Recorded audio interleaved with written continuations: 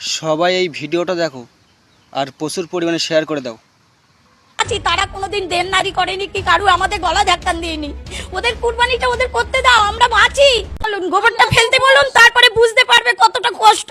আমার মতন মহিলা, আমি মহিলা সমিতি থেকে 5 লাখ টাকা নিয়েছি, চলো আমার ব্যাংকে সব আমি জমা দিই, সুদ আসল কি অবস্থা হচ্ছে।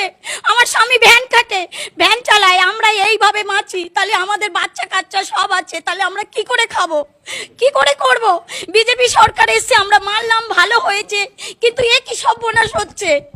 এক না তো গলায় দড়ি দিতে বলো, আর না হলে বিষ আনতে বলো। বিষ তো ফ্রি পয়সায় পাওয়া যাচ্ছে। রেখা ও গরু লাভাচ্ছে, কোন আক্কেলে ও খাওয়া দিতে পারবে? এককাল গোবর ফেলতে